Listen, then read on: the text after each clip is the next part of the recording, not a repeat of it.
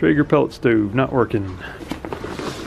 Plug it in, and we get nothing. No light comes on, no fan comes on, nothing. So, we'll just take it apart.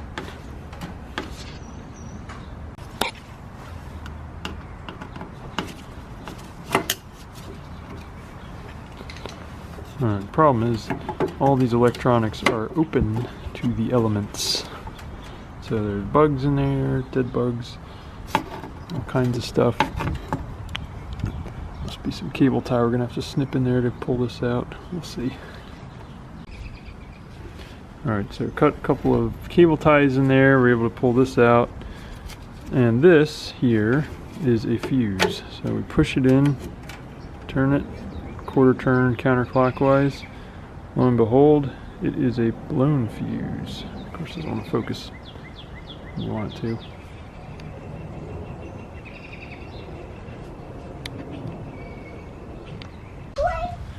Alright, that's a 3.15 amp fuse, the only one I could find, so let's try it and see if it at least turns on. We'll get a 5 amper later. Alright, gotta put this in, twist and push, and we'll see if it turns on. What the heck? Let's just plug it in and see.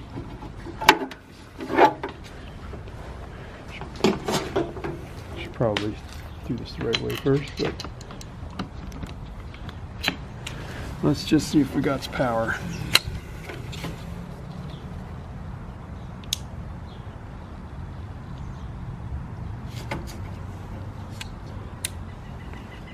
Nope. Well, I only had 3.1 amp fuses instead of 5 amp. All three of them popped, but I did see the number 47 pop up on the screen while I was turning it on. So, the control system might be okay. Must be a short somewhere else. Okay, update on the Traeger Smoker here. Trying to figure out the problem. So I took the whole pellet box off the side, had to take all the wood pellets out. Got the control system hanging up here. I disconnected all the cables from the controls, and when you get the controls working here, disconnected, I just colored them with marker to mark which connector goes to which. And when I plugged the control box in with nothing, it's fine. I added on the fan and turned right on, no problem. Then I added the heater, no problem. I added the auger, which is now over here, and it immediately blew the fuse several times. And the auger's not jammed or anything, it turns freely, but when you look at the windings here on this coil, I mean, it looks fried. It looks bad. It's the plastic's all scorched on the inside, and it's all dark here. It's probably supposed to be white tape. So I'm gonna go ahead and buy a new one of these on Amazon. It was 20 bucks, and should get my drive working again. I was worried that the drive was rusted like the rest of the grill, but it seems to be in just fine shape up here. The whole drive is coated, the whole shaft, that's fine. Inside here was a disaster zone of rust. That's what you get for free.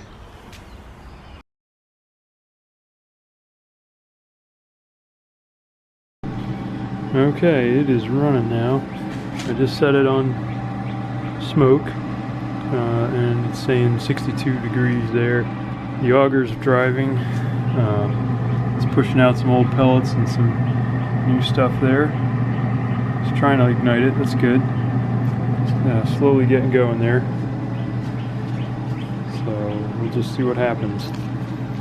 Two things don't impress me. One is the lack of environmental protection on the electronics. It's pretty scary. The whole box is just open on the bottom there, and definitely some moisture gets in there, dirt and stuff, and it's all open electronics. That's just crazy. And second is the lack of rust protection on this poor thing. I mean, to my knowledge, it hadn't been out in the rain. It's just collected a variety of dust and stuff, or condensation, maybe a little bit of moisture from fog and so forth. But it's definitely rusted big time. I can see some sparks flying there. It's definitely getting the smoking going. That's good. Alright, looks like a good barbecue here. Now it's only been about 2 or 3 minutes and it is just puffing smoke out, man. It's gonna make some good meats. Found a third thing I didn't like about the Traeger. A little sticker here. It gives you instructions. It's plastic. It was peeling off. If that ends up in your hopper and you end up burning it, you're going to be having some toxic food for dinner. This label's not sticking either. I wouldn't want that caught in my auger. So I think Traeger could do a lot better job on some of these details.